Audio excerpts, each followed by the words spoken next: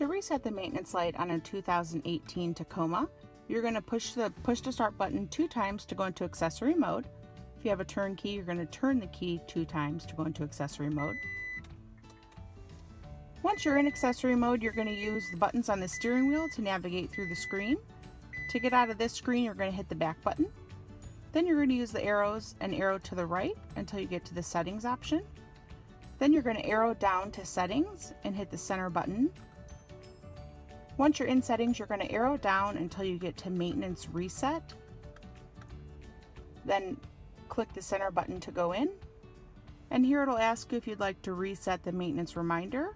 You'll arrow up to yes and hit the center button, and then your maintenance light has been reset.